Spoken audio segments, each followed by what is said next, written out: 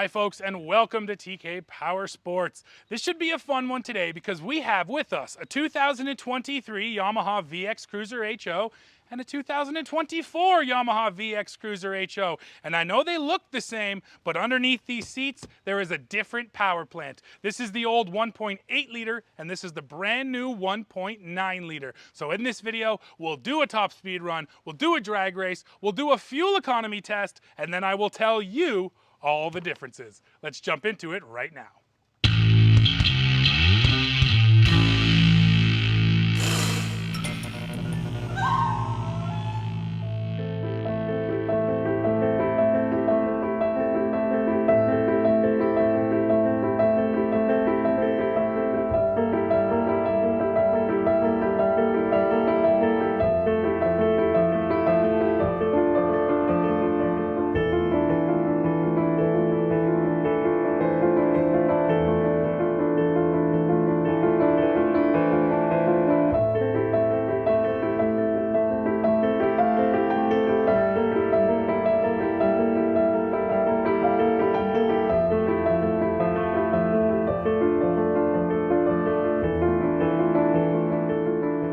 So from 2023 to 2024, the power plant is the biggest change.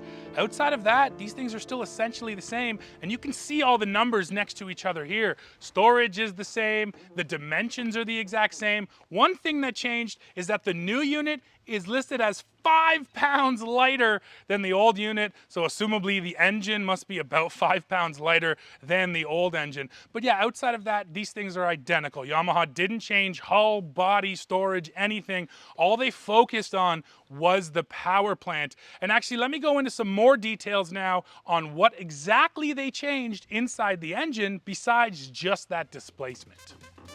The 1.9 liter has a new block and cylinder heads, new combustion chambers, a new intake and exhaust manifold for better flow, and they are more compact to make routine maintenance easier. There's redesigned intake and exhaust ports, 2mm larger pistons up to 88mm, a higher compression ratio than before, redesigned valve covers and camshaft caps, a 10% larger throttle body, and even a smoother rev limiter. So it wasn't just the displacement here that changed, many other elements of this power plant were revised as well.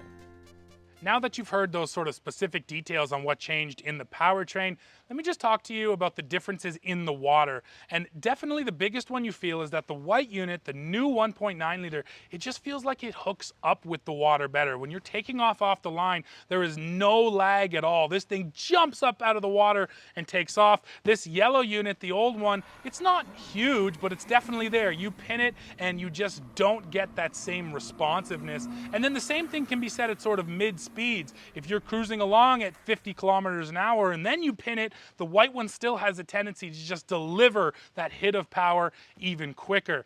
Now, when it comes to handling, they're super similar. The hull design didn't change whatsoever. What did change though is the intake grate. So when you are kind of really throwing it into a tough corner and then punching that throttle, same thing. The white one just feels like it's stuck to the water a little bit better than this yellow one.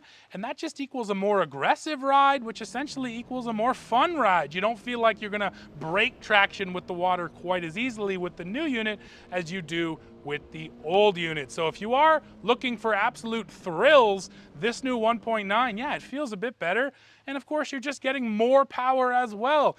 Alrighty folks, now it is time for the fuel economy test. So I'm here on the 2023, the 1.8 liter, and my plan for this test is I'm gonna go out and do 60 kilometers per hour. That's just under 40 miles per hour for 30 minutes non-stop. I'm gonna use the cruise control because these units have that, so that'll keep me right at that set speed. And then after 30 minutes, we'll be able to compare. So now we'll go back into that fuel economy screen and we will reset it.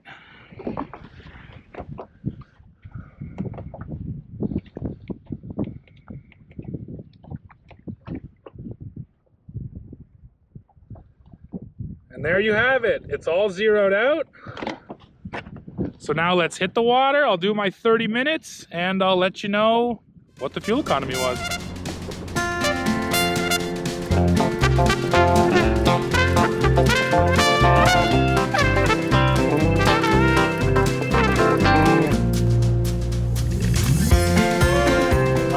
let's take a look at what the fuel economy was 30 minutes down.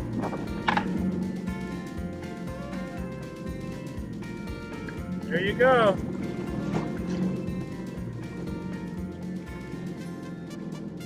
We average 3 kilometers per liter. And once again, I'll change over the units.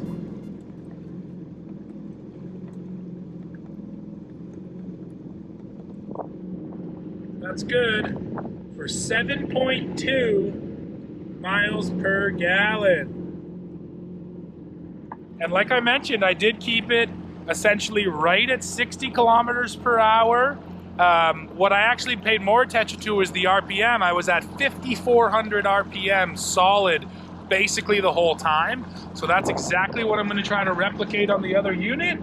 And then we're going to compare the fuel economy and see what happens.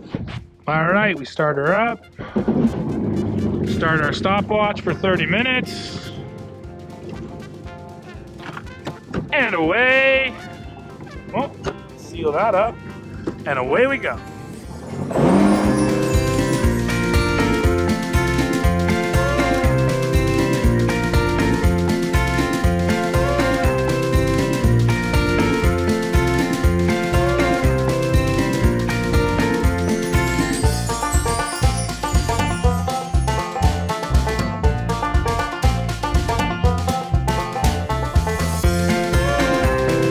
Here we are, folks. There's our 30 minutes, just a few seconds over. Let's see what this new 1.9 liter did. We switch her over to the fuel economy, and we're talking about 2.7 kilometers per liter. Once again, switch up the units, go down to US.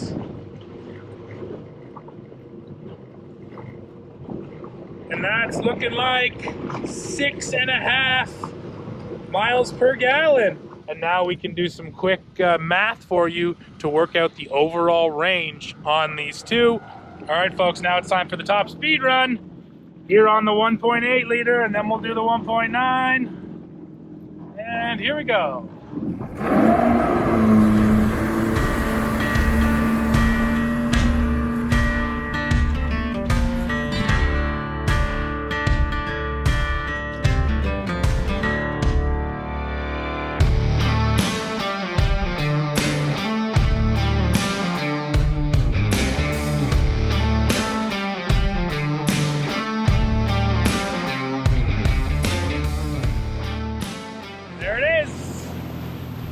I saw 105 kilometers per hour.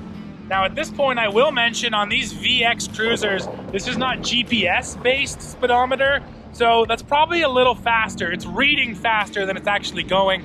I ran this directly next to the FX cruiser, which does use GPS for its speedometer, and the VX was consistently reading 5, 7, or even 8 kilometers per hour over what the FX was reading. So yes, it does say, you know, over 100 kilometers an hour, but I think in reality it's a little slower than that. That being said, both of these units are calibrated the same, so we will still be able to see the difference in top speed, and that should be a fairly accurate number. All right, now for top speed on the new one, 1.9 liter. Let's see what we can get out of it. Taking off in 3, 2, 1, go!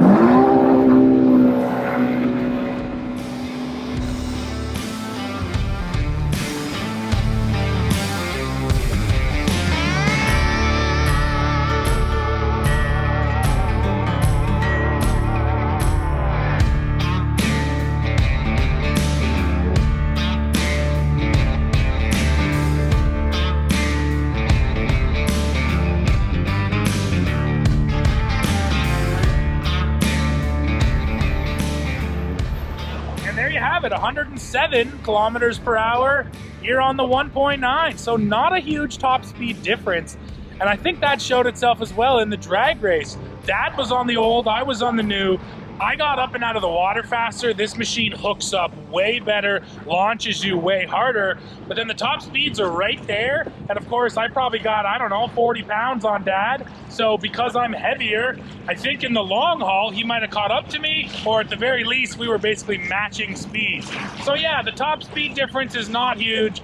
Truly still the biggest difference you're gonna feel 1.8 to 1.9 is just the way this thing hooks up with the water and shoots you up to top speed. It's more about acceleration than it is about overall speed. Well folks, now you've seen all of the differences when it comes to power, sort of traction in the water, and the off-the-line hit.